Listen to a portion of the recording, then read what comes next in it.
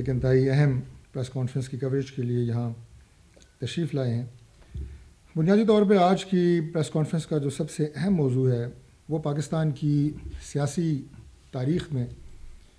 ہونے والے ایک ایسے فیصلے کے حوالے سے ہے جس سے میں یہ کہوں کہ یہ ہماری پولیٹیکل ہسٹری کا ایک پہلا ایسا فیصلہ ہے کہ جس نے پاکستان کی اس وقت کی جو موجودہ سیاسی بحران ہے اس کے حوالے سے اصل جو اس کے محرکات تھے اور اصل جو اس کی وجوہات تھیں وہ بیان کی ہیں۔ سب سے پہلے تو میں یہ عرض کروں کہ میں نے یہ کیوں کہا کہ یہ ایک اہم تاریخی سیاسی فیصلہ ہے اور اس نوعیت کا فیصلہ پاکستان میں اس سے پہلے شاید نہیں ہوا۔ وہ یہ ہے کہ اس فیصلے کے تحت پاکستان کی ایک انتہائی طاقتور سمجھی جانے والی شخصیت جن کا نام لیفٹیننٹ جنرل ریٹائرڈ فیض حمید ہے، جو پاکستان کے ڈی جی سی، پاکستان کی بلکہ دنیا کی مانی ہوئی پاکستان کی انٹیلیجنس کے ادارے ISI کے سربراہ رہے، اس کے بعد وہ کورٹ کمانڈر بھی رہے اور ان کے خلاف کورٹ مارشل کرنے کا فیصلہ پاکستان کی فوج نے کیا۔ پاکستان کی فوج کا جو جیک ڈپارٹمنٹ ہے، پاکستان کی فوج کے جو عسکری قیادت ہے انہوں نے کیا اور ان کا کورٹ مارشل ہوا۔ جنرل فیض حمید کے کورٹ مارشل کے حوالے سے یہ چامگوئیاں کی جاتی تھیں کہ شاید یہ فیصلہ تو کر لیا گیا ہے کہ کورٹ مارشل ہوگا، لیکن چونکہ فوج کی تاریخ میں ایسی کوئی مثال موجود نہیں ہے کہ اپنے ہی کسی افسر کو فوج نے سزا دی ہو، اس لیے اس کا جو نتیجہ ہے وہ کسی سزا کی شکل میں نہیں نکلے گا، بلکہ کچھ عرصہ یہ بات اخباروں کی یا میڈیا کی زینت بنے گی اور اس کے بعد یہ کیس خود بخود بغیر کسی نتیجے کے ختم ہو جائے گا۔ لیکن اس کے برعکس یہ کیس 15 ماہ چلا اور 15 ماہ کا ذکر میں نے اس لیے کیا کہ اس میں اب کسی کو یہ کہنے کی گنجائش نہیں رہی کہ اس میں جنرل فیض حمید کو صفائی کا موقع نہیں دیا گیا۔ جنرل فیض حمید کو پورا صفائی کا موقع دیا گیا، 15 مہینے کا اس میں عرصہ لگا، مسلسل یہ ٹرائل ہوتا رہا اور جو ان کی قانونی ماہرین کی ٹیم تھی، جو ان کے وکلاء تھے، وہ بھی ایسا نہیں ہے کہ انہیں کوئی سرکاری وکیل فراہم کیے گئے، بلکہ انہیں ان کی مرضی اور ان کی چوائس کی جو لیگل ٹیم تھی اس کی فراہمی کی اجازت دی گئی۔ اپنی مرضی کے انہوں نے وکیل منتخب کیے جنہوں نے، جو میں نے عرض کیا کہ 15 ماہ تک اس کیس میں وکیل صفائی کی حیثیت سے انہوں نے اس میں حصہ لیا اور اس کے بعد جو 4 الزامات جنرل فیض پہ لگائے گئے تھے، جن کی تفصیلات میں آگے جا کے آپ کے سامنے رکھوں گا، وہ سارے سچ ثابت ہوئے اور جنرل فیض کو 14 سال قید بامشقت کی سزا سنائی گئی۔ یہ سزا ان 4 الزامات کے حوالے سے جو میں کہا کہ میں آگے جا کے عرض کروں گا، یہ فیز 1 ہے جس میں ان الزامات کی روشنی میں یہ سزا دی گئی ہے۔ فیز 2 کیا ہے اس پہ آگے جا کے بات ہوگی، لیکن میں سب سے پہلے یہ عرض کر دوں کہ اس فیصلے کے حوالے سے نہ تو یہ کسی حکومت کی فتح ہے، نہ یہ کوئی جماعت کی فتح ہے، نہ اس میں کسی نے کوئی خوشی کے شادیانے بجائے ہیں، یہ کم از کم ہماری جماعت کا یا ہماری قیادت کا شیوا نہیں ہے، لیکن یہ میں ضرور کہوں گا کہ یہ پاکستان کے آئین کی فتح ہے، یہ قانون کی سربلندی کا اعلان ہے۔ یہ عدالتی فیصلہ کسی ایک کے حق یا دوسرے کے نا حق یا کسی کی مخالفت میں نہیں ہے، بلکہ یہ آئین کے حق میں ہے، یہ آئین کی فتح ہے اور اس لیے آج بھی میں آپ کے سامنے بات کرنے کے لیے بیٹھا ہوں۔ اور اس کا انشاءاللہ تعالیٰ پاکستان کی سیاسی تاریخ میں جہاں یہ اپنی نوعیت کا پہلا فیصلہ ہے، اسی طرح اس کے پاکستان کی سیاسی تاریخ میں آئندہ آنے والے دنوں میں دور رس سیاسی نتائج مرتب ہوں گے۔ اور پاکستان کی جو میں نے پہلا جملہ کہا تھا کہ ہمارا جو حالیہ سیاسی بحران ہے اس کی جو اصل جڑیں ہیں وہ جنرل فیض کے ان تمام غیر آئینی اور غیر قانونی اقدامات سے جڑی ہوئی ہیں جو اس دور میں انہوں نے اٹھائے جب وہ DGISI تھے۔ آج کی تمام تر جو آپ کو پولیٹیکل ریپلز، ڈفرینسز اور ایک انتشار کی کیفیت نظر آتی ہے، ان کی اصل جڑیں جو ہیں یہ اس وقت کے ان سیاسی جوڑ توڑ اور آئین سے بالا تر فیصلوں کی وجہ سے ہیں جو جنرل فیض نے اپنے دور میں لیے۔ یہ فیصلہ اس کے ساتھ ساتھ یہ بھی ثابت کرتا ہے کہ کوئی بھی آئین اور قانون سے بالا تر نہیں ہے۔ جنرل فیض جب اقتدار میں تھے تو نہ صرف سمجھا جاتا تھا بلکہ بجا طور پہ سمجھا جاتا تھا کہ وہ پاکستان کے طاقتور ترین شخصیت ہیں، اور آگے جا کے میں یہ بھی بتاؤں گا کہ ان کے دور میں کیا چیزیں ایسی تھیں جنہیں ہم ان کے اختیارات کا ناجائز استعمال کہتے ہیں اور جو ان کے اوپر الزامات تھے، لیکن اس وقت وہ یہ سوچ نہیں سکتا تھا کہ اتنی طاقتور شخصیت بھی کبھی آئین کے شکنجے میں آئے گی۔ اس لیے میں اس بات پہ ایمفسائز دے رہا ہوں کہ یہ فیصلہ ثابت کرتا ہے کہ کوئی بھی آئین اور قانون سے بالا تر نہیں ہے۔ دوسری بات یہ ہے کہ جب بھی آپ اپنی آئینی حیثیت کو اپنے ذاتی اور سیاسی مفادات کے لیے استعمال کریں گے تو جلد یا بدیر اس کا انجام اچھا نہیں ہوگا، اور یہی آج کی صورتحال ہے۔ جنرل فیض نے اپنی آئینی حیثیت کو اور جو اپنی ریاستی پوزیشن تھی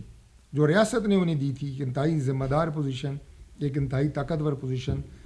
اس ریاستی عہدے کو انہوں نے اپنے ذاتی پسند اور ناپسند کے تحت استعمال کیا، آئین اور قانون سے بالا تر ہو کے استعمال کیا، اور جنرل فیض نے قومی مفاد کے نام پہ جو طاقت کا غیر آئینی استعمال تھا اس سے انہوں نے حکومتوں کو گرایا اور بنایا۔ اگین آئی ریپیٹ کہ قومی مفاد کے نام پہ انہوں نے اپنی طاقت کا غیر آئینی استعمال کر کے حکومتوں کو گرایا اور حکومتوں کو بنایا۔ یہ بنیادی جرم تھا جنرل فیض کا، اگر ایک لائن میں کہا جائے۔ اور جیسے میں نے پہلے کہا کہ اس وقت تو اندازہ نہیں تھا شاید انہیں بھی شاید کسی کو بھی کہ جب آئین اور قانون اپنا راستہ لیتا ہے تو پھر بڑے بڑے نام جو ہیں وہ اس کی زد میں آ جاتے ہیں۔ اور اسی طرح میں یہ بھی عرض کروں گا کہ جب آپ اپنے ریاستی منصب کو سیاسی انجینئرنگ کے لیے استعمال کرتے ہیں تو پھر اس کے نتائج ہوتے ہیں۔ یہ جو پولیٹیکل انجینئرنگ جنرل فیض کرتے رہے ہیں اس کے پھر نتائج ہوتے ہیں، اور اس کے نتائج ریاست، پاکستان، آئین اور ان کا ادارہ وہ بھگتتا ہے۔ وہ تو یہ سمجھ رہے تھے کہ شاید جو کچھ میں کر رہا ہوں اس کا مجھے تو کبھی بھی حساب کتاب نہیں دینا پڑے گا، لیکن اس دن سے لے کے آج تک پچھلے 8-10 سال سے پاکستان ان کے غیر آئینی اور اپنے اختیارات سے تجاوزات جو انہوں نے کیا، من پسند انہوں نے فیصلے کیے، ان کا خمیازہ پاکستان آج 8 سے 10 سال ہو گئے ہیں وہ بھگت رہا ہے۔ اور وہ فیصلے کیا تھے وہ میں آپ کو مختصراً عرض کر دیتا ہوں کہ اس وقت کی منتخب حکومت کو جو میاں نواز شریف صاحب کی حکومت تھی، ایک ملک کا الیکٹڈ پرائم منسٹر، انہیں غیر آئینی، غیر قانونی، غیر جمہوری طریقے سے اپنے منصب سے ہٹایا گیا۔ ان کے خلاف پھر ہمارے جو چیف منسٹر تھے اور آج کے پرائم منسٹر میاں شہباز شریف صاحب، ان کے خلاف جھوٹے بے بنیاد من گھڑت مقدمات بنائے گئے، انہیں پابند سلاسل کیا گیا، اور ہماری دوسری جو قیادت تھی وہ چاہے موجودہ چیف منسٹر مریم نواز شریف صاحبہ ہوں، حمزہ شہباز ہوں، ہمارے متعدد وزراء کی، رانا ثناء اللہ، سعد رفیق، احسن اقبال، لمبی ایک فہرست ہے ہمارے وزراء کی جو پابند سلاسل رہے، ان کے خلاف مقدمات بنائے گئے، اور حنیف عباسی کا نام بھی لوں، جھوٹے مقدمات۔ تو یہ وہ پولیٹیکل انجینئرنگ تھی جو اس دور میں کی گئی، اور اس کے ساتھ ساتھ ایک طرف ایک جماعت کو نشانہ بنایا جاتا رہا تو دوسری طرف ایک دوسری جماعت کو سیاسی جو فائدہ ہے وہ دیا جاتا رہا، انہیں پروموٹ کیا جاتا رہا، اور ان کی لیڈرشپ کو اس انداز سے پروموٹ کیا گیا کیونکہ آپ یہ دیکھیں کہ جب ایک جماعت کو اس طرح ڈمینش کیا گیا، اسے ختم کرنے کی کوشش کی، تو دوسری جماعت کو ایلیویٹ کرنے کی کوشش کی، اس کی لیڈرشپ کو ایلیویٹ کیا گیا، اور وہ مخصوص چہروں کو آگے لگایا گیا۔ اس سے جو عوام میں تقسیم بڑھی، اور اس کے ساتھ ساتھ جو اداروں کے اوپر عوام کا اعتماد کمزور ہوا، اور پورا سیاسی نظام جو ابھی تک سنبھل نہیں سکا اس میں عدم استحکام پیدا ہوا، جمہوری نظام کو نقصان ہوا۔ اور یہ اگر اس کو میں سادہ الفاظ میں کہوں تو یہ عمران خان کا اور جنرل فیض کا ایک ایسا گٹھ جوڑ تھا، ایک ایسا نیکسس تھا کہ جس سے عمران خان اور ان کی جماعت مستفیض ہو رہے تھے، اور پھر جس طرح ایک متنازع الیکشن کے نتیجے میں انہیں اقتدار میں لایا گیا، اور اس کے بعد کے سارے معاملات۔ اور اس وقت عمران خان کیا کر رہے تھے؟ عمران خان اس پولیٹیکل جو مینوپولیشن ہے، اس پولیٹیکل مینوپولیشن کے وقت انہوں نے جو دوسرا ایک ہتھ کنڈا مسلسل استعمال کر رہے تھے اور آج تک وہ استعمال کر رہے ہیں کہ ریاست کے خلاف منفی پروپیگنڈا، ریاستی اداروں کے خلاف منفی پروپیگنڈا، اپنی ٹویٹس کے ذریعے اور اپنے جھوٹے بیانیے کے ذریعے انہوں نے پاکستان کی عوام کو تقسیم کیا، پاکستان کی عوام اور ریاستی اداروں کے درمیان نفرت پیدا کرنے کی کوشش کی۔ اس کے علاوہ جو پاکستان کا سب سے مضبوط ڈسپلنڈ ادارہ ہے فوج میں تقسیم پیدا کرنے کی کوشش کی، اور ایسے بیان دیے کہ جس سے اداروں میں بھی ایک ٹکراؤ کی کیفیت پیدا کرنے کی کوشش کی۔ یہ ساری وہ کہانی ہے جو جنرل فیض کے اس دور کی ہے، اور یہ وہ سارے میں سمجھتا ہوں کہ ان کے غیر آئینی تمام اقدامات ہیں جس کے نتیجے میں آج بھی ہم پولیٹیکل انسٹیبلٹی کی کیفیت، جو میں آگے جا کے تفصیل سے اس پہ بات کروں گا، وہ ہمیں نظر آتی ہے۔ لیکن یہ وہ جرائم ہیں جن کا میں نے ذکر کیا، ان الزامات کا، جس کے نتیجے میں جنرل فیض کو 14 سال قید مشقت کی سزا دی گئی، اور جیسا کہ میں نے کہا کہ اس سزا کے بعد پاکستان کا جو پولیٹیکل سسٹم ہے، اس میں کسی کو آئندہ اس طرح کی پولیٹیکل انجینئرنگ اور اس طرح کی غیر آئینی اور اپنے اختیارات سے تجاوز کی جو کہانی ہے وہ دہرانے کی جرت نہیں ہوگی۔ میں اس کے ساتھ ساتھ ایک اور چیز بھی عرض کرنا چاہتا ہوں کہ موجودہ صورتحال کے حوالے سے اور موجودہ فیصلے کے حوالے سے، پہلے تو موجودہ فیصلے کے حوالے سے ایک اور بات میں عرض کر دوں کہ جہاں اس سے آئین کی سربلندی کا اور قانون کی عملداری کا میں نے نام لیا، وہاں میں یہ بھی عرض کر دوں کہ اس فیصلے نے جو فوج کا ایک انٹرنل اپنا اکاؤنٹیبلٹی کا میکینزم موجود ہے، اس کے اوپر بھی عوام کا جو اعتماد ہے اسے مزید بحال کیا ہے۔ فوج کے حوالے سے ہمیشہ یہ بات کہی جاتی ہے کہ ان کا افسران کا اور ان کے اپنے اندر ایک احتساب کا انٹرنل سسٹم موجود ہے، جس کی واضح مثال آپ نے جنرل فیض کو 14 سال قید جو دی گئی اس مقدمے میں، وہ اس کی واضح مثال ہے۔ لیکن چونکہ یہ پاکستان کی فوجی تاریخ میں بھی اتنے بڑے سیاسی افسر کو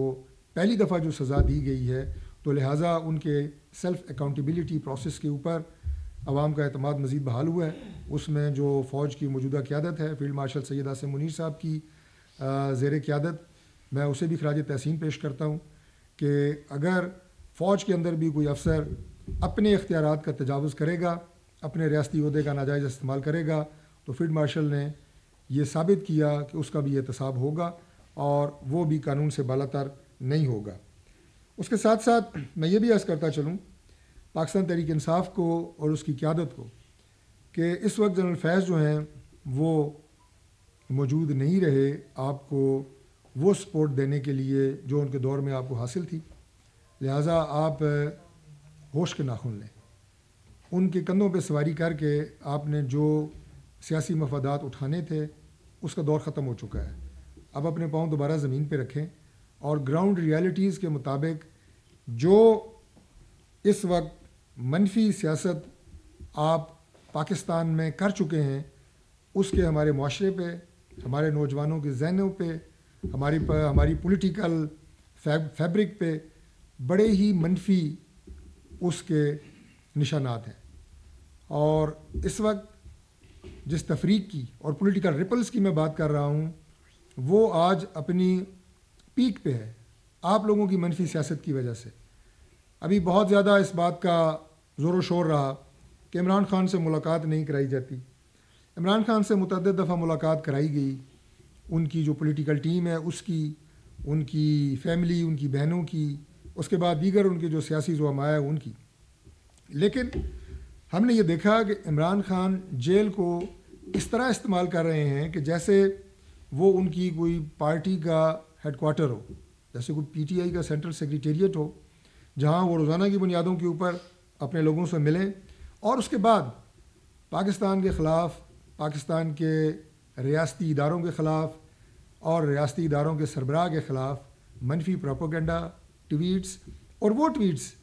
کہ جن کا اگر آپ متن اٹھا کے دیکھیں تو وہ منون وہی ہوگا جو ہمارا دشمن ملک انڈیا پاکستان کے خلاف کروا رہا ہے، خود بھی اور جو لوگ باہر بیٹھے ہیں پاکستانی، وہ بھی مل کے ایک ایسا پروپیگنڈا ہمارے ریاستی اداروں کے خلاف، ہماری فوج کے خلاف، فوج کی قیادت کے خلاف، جو اس وقت اللہ تعالیٰ نے آپ کو عزت دی ہے، اس کو آپ دیکھیں کہ وہ کمال انتہا پہ ہے۔ اگر میں مارکہ حق کی بات کروں، اگر میں 9 اور 10 مئی کی بات کروں کہ جس میں اللہ تعالیٰ کی ذات نے ایک بڑی واضح فتح اور برتری آپ کو انڈیا کے خلاف دی، آپ نے 6 ان کے جہاز گرائے۔ فیلڈ مارشل سید عاصم منیر صاحب کی جو اس وقت چیف آف ڈیفنس فورسز ہیں، ان کی قیادت میں، اور ہمارے جو آرمی چیف ہیں ظہیر بابر سدھو صاحب، ان کی کمان میں ہماری ایئر فورس، اس کی دھاک آج پوری دنیا میں بیٹھی ہوئی ہے۔ پوری دنیا آج پاکستان کو بڑی عزت، بڑی تکریم کی نگاہ سے دیکھ رہی ہے۔ آپ کو اسلامی ممالک ہوں یا بین الاقوامی دنیا ہوں، آپ کو ایک منفرد پذیرائی مل رہی ہے جو اس سے پہلے پاکستان کو کبھی نہیں ملی۔ ہماری جو سویلین قیادت ہے، جس کے سربراہ جو ہیں وہ وزیر اعظم میاں شہباز شریف صاحب ہیں، ان کی کوآرڈینیشن، ان کی محنت، آج پوری دنیا کے ساتھ جس طرح وہ انٹریکٹ کر رہے ہیں اور جو رسپیکٹ انہیں پوری دنیا میں مل رہی ہے، یہ پاکستان کی تاریخ میں یہ مناظر کبھی نہیں دیکھنے میں آئے۔ سعودی عرب نے اپنے ملک کا حرمین شریفین، اس کی دفاع کی ذمہ داری ہماری افواج کو دی ہے، ہماری عسکری قیادت کو دی ہے۔ یہ ساری آپ کی کامیابیاں ہیں۔ امریکہ، آپ کا یورپ، آپ کے باقی ممالک، وہ آج آپ سے بات چیت کرنے کے لیے، آپ کے ساتھ معاہدے کرنے کے لیے، تعلقات کو بہتر بنانے کے لیے وہ